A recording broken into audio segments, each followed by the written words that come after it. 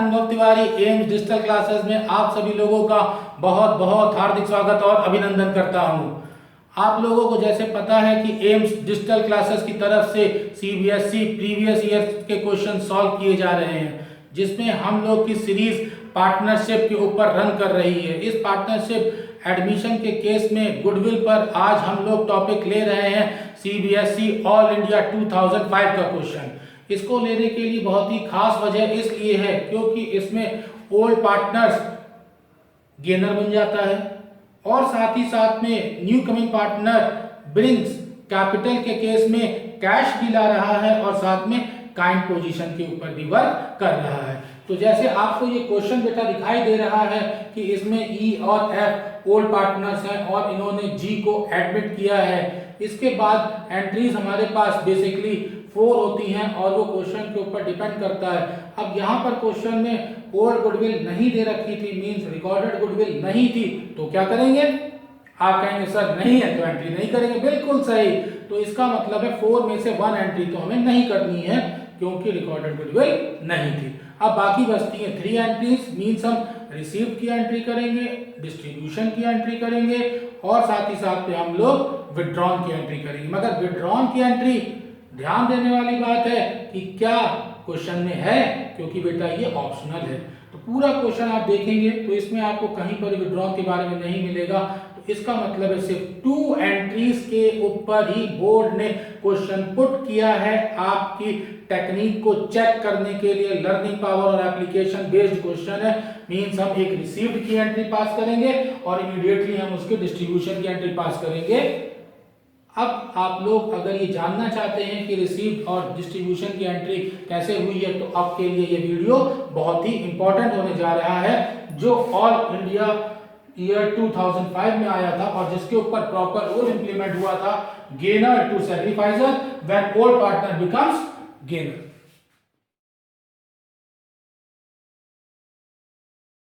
अब आपको ये पूरा क्वेश्चन दिख रहा है। इस क्वेश्चन में आपने देखा कि हमारे पास रेशियोज अलग अलग दे रखे हैं। मेरे ओल्ड स्टूडेंट्स इस बात को जानते हैं कि जब क्वेश्चन में ओल्ड रेशियो गिवन हो और साथ ही साथ में न्यू रेशियो के बारे में भी इंफॉर्मेशन हो तो हमें सबसे पहले क्या करना चाहिए? यस, आप समझ गए, डायरेक्टली सैक्रिफाइसिंग रेशियो कैलकुलेट कर लीजिए। तो यहाँ पर हम लोगों ने सैक्रिफाइसिंग रेशियो कैलकुलेट किया। फॉर्मूला वही है, old ratio minus new ratio. E और एफ पे हम कैलकुलेट करेंगे। ई का ओल्ड रेशियो गिवन है 3/4। कैसे 3/4? देखिए 3:1 ओल्ड रेशियो है, तो 3:1 का मतलब 3 + 1 4, तो 3/4 लिखेंगे और एफ के लिए हम लोग 1/4 लिखेंगे। तो ये आपने देखा 3/4 और 1/4। देन हम न्यू रेशियो क्योंकि इक्वल है तो 1/3 माइनस करते हैं। इसके बाद में इसमें हम क्रॉस मल्टीप्लिकेशन करते हैं। क्रॉस मल्टीप्लिकेशन का मतलब है 3 को हम 3 से मल्टीप्लाई करेंगे। देखिए 3 × 3 1 × 4 मतलब 1 को 4 से। फाइनली इसको सॉल्व किया तो 5/12 आया। एस लिखा है मतलब सैक्रिफाइसिंग आ जाता है।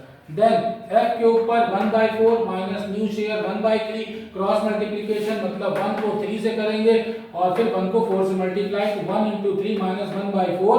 डिनोमिनेटर दोनों आपस में ही कर देने होते हैं, आपको ऑलरेडी पता है। फाइनली इसको सॉल्व किया तो आंसर आ गया हमारा क्या? नेगेटिव। और आपको पता है कि जब भी सैक्रिफाइसिंग रेशियो कैलकुलेट करते समय नेगेटिव आ जाता है तो मतलब गेनर हो जाता है। यही इसके लिए सबसे इंपॉर्टेंट पॉइंट है। जिस स्टूडेंट ने ये स्टेप मिस किया उससे क्वेश्चन मिस हो गया। तो यहां पर सैक्रिफाइसिंग के बाद आप निकालते हैं गेनिंग, आ गया नेगेटिव, गेनर हो गया। देन अब हमें इसकी वैल्यूज निकालनी है कि किस पार्टनर को डेबिट और क्रेडिट करें। जैसा कि आप क्वेश्चन में देख रहे हैं कि जी इस जगह पर कैश में भी वैल्यू ला रहा है और काइंड में मशीनरी भी लेकर के आ रहा है। इसका मतलब है कि 50,000 + 70,000 करें तो 1,20,000 जी का बेटा शेयर होता है। तो अब हम लोग 1,20,000 अगर जी का शेयर देखें तो G share of goodwill is 1,20,000। Cash और काइंड दोनों एक साथ ले लिए। तो यहाँ पर अब हम लोग 1,20,000 का डिस्ट्रीब्यूशन कर सकते हैं। मगर जब कभी भी पार्टनर ओल्ड गेनर हो जाए, सजेशन ध्यान रखिएगा, हिंट ध्यान रखिएगा, जब कभी भी ओल्ड पार्टनर्स में कोई गेनर हो जाए तो हमेशा वैल्यू फर्म्स गुडविल से निकालिएगा। हमेशा फर्म्स गुडविल से, अदरवाइज मिस्टेक हो जाएगा। तब हम लोग जी के शेयर के अकॉर्डिंग फर्म्स की वैल्यू निकालेंगे। जी का शेयर 1/3 है तो रेसिप्रोकल कर देंगे, मींस 1,20,000 इंटू 3/1, तब इसका मतलब फर्म की वैल्यू हमें मिलती है 3,60,000 और ये 3,60,000 ई और एफ में हम लोग डिस्ट्रीब्यूट कर देंगे।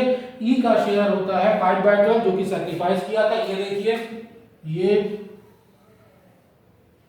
और इसके बाद एफ का शेयर 1/12, ये देखिए जो इसने गेन किया था, सबसे कठिन पार्ट है गेन का 1/12, बहुत ही इंपॉर्टेंट है, इसलिए मैंने यहाँ पर इसको गेन रेड इंक से लिखा कि आपके माइंड पे आ जाए। अब जब हम लोग ये 2 वर्किंग नोट कर लेते हैं, आफ्टर देन हमें जर्नल एंट्री पास करनी होती है। तो देखिए क्लास पास जर्नल एंट्री हमारी रिसीव्ड की है, कैश अकाउंट डेबिटेड, उसके बाद में मशीनरी अकाउंट। तो कैश अकाउंट और मशीनरी क्वेश्चन में डायरेक्टली 2 ही थिंग्स हैं, तो cash account debited, machinery account debited to premium for goodwill. ध्यान दीजिएगा क्वेश्चन में कैपिटल बिल्स के बारे में कुछ भी गिवन नहीं है, तो इसलिए हम लोग कैपिटल नहीं लिखेंगे जी की, direct premium for goodwill mention करेंगे। आफ्टर देन नरेशन के लिए डॉट डॉट डॉट डॉट, ये आप लोग समझते हैं, इजीली हो जाएगा।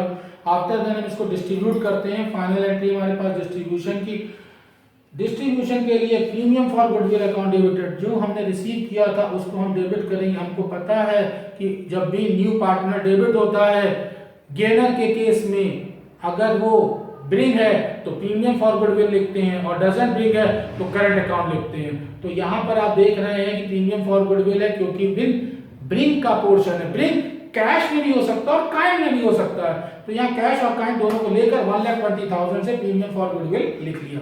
आफ्टर देन इंपॉर्टेंट, सबसे ज्यादा इंपॉर्टेंट ध्यान देने वाली बात है, ओल्ड पार्टनर हमारे पास एफ, जो कि अब क्या हो गया है गेनर, इसको हम लोग डेबिट कर देते हैं। तो F capital account debited 30,000, value 30, ये देखिए ऑलरेडी हम लोग पहले कैलकुलेट कर चुके हैं। आफ्टर देन क्रेडिट कर देंगे, सैक्रिफाइस हो रहा था ई, तो sacrifice to east capital account 1,50,000, value कैसे आया ये देखिए, ऑलरेडी 1,50,000 हम लोग कैलकुलेट कर चुके हैं। एंट्री कंप्लीट होती है, ये 2 एंट्रीज के साथ में वर्किंग नोट आप कर देते हैं तो मोस्टली ये 4 मार्क्स का क्वेश्चन आता है और आउट ऑफ 4 आपको 4 मार्क्स प्रॉपरली मिल जाते हैं। अगर कोई मिस्टेक होती है तो 3 और 2 कंडीशन के ऊपर है कि आपने इस एंट्री पे राइट किया है, ये एंट्री राइट करी, मोस्टली ये तो राइट हो जाती है, इसी में ही स्टूडेंट्स को जनरली मिस्टेक होती है। आप इस क्वेश्चन की जबरदस्त प्रैक्टिस करिएगा क्योंकि इस क्वेश्चन में न्यू कमिंग पार्टनर के केस में कैश और काइंड दोनों ही है, मतलब ब्रिंकिंग कंडीशन है और कैश और काइंड दोनों ही है। और हो सकता है बोर्ड एग्जामिनेशन में आपको इसी से रिलेटेड कोई क्वेश्चन डिक्टो सेम वैल्यू से मिल जाए, अक्सर क्वेश्चन रिपीट करते हैं। मेरी शुभकामनाएं आप लोगों के साथ में है। जय हिंद, जय भारत।